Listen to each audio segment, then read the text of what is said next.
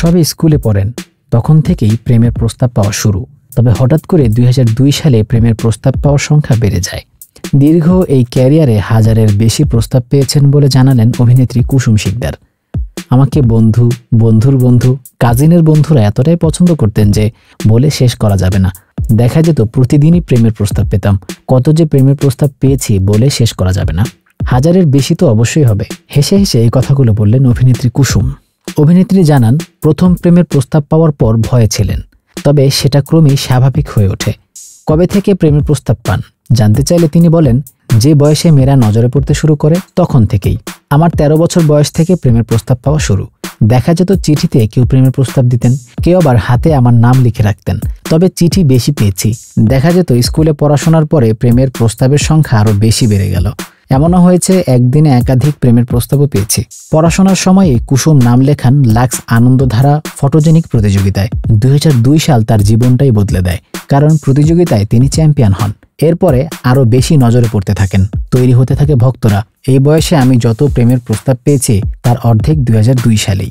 সেরা হওয়ার পরে বিশ্ববিদ্যালয় কিংবা শুটিং যেখানেই গিয়েছি প্রেমের প্রস্তাব পেয়েছি।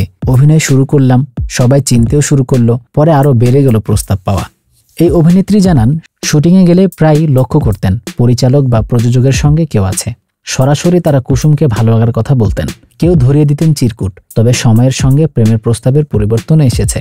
মুঠোফোন আসার পরে বেশিরভাগ প্রস্তাব আসতো SMS-এ বা ফোনে। একসময় বিষয়গুলো বেশ এনজয় করতাম, ফোনের পর ফোন পেতাম। পরে যখন ফেসবুক এলো, ইনবক্সের তখন থেকে নিয়মিত প্রেমের প্রস্তাব আসা শুরু হয়।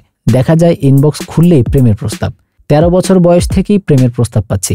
কথা বলতে বলতে মাত্রই আবার প্রেমের প্রস্তাব পেলাম। আমার ইউনিভার্সিটির এক বন্ধু মাত্র ইনবক্সে লিখেছে সে আমাকে পছন্দ করে। কথাগুলো শেষ করেই হাসতে থাকেন এই অভিনেত্রী। তবে শুধু দেশের মধ্যেই নয়, বিদেশের প্রবাসী ভক্তদের কাছ থেকেও পেয়েছেন প্রস্তাব।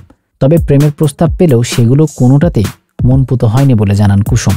অনেকেই নিয়মিত নখ দিয়ে কফি খেতে চায়, হয়তো ভালোবাসাটার জায়গা থেকে তারা বলে, কিন্তু আমি আর কিছুই বলি না। বিভিন্ন সময় বাসায় প্রচুর গিফটও পেয়েছি, ভক্তদের ভালোবাসাও পেয়েছি। কুসুম বলেন, এটাই আমার সবচেয়ে বড় প্রাপ্তি। দীর্ঘ 6 বছর পরে সিনেমা দিয়ে গত বছর অক্টোবরে ফিরেছেন কুসুম। তার পরিচালিত সিনেমাটির নাম শরতের জবা।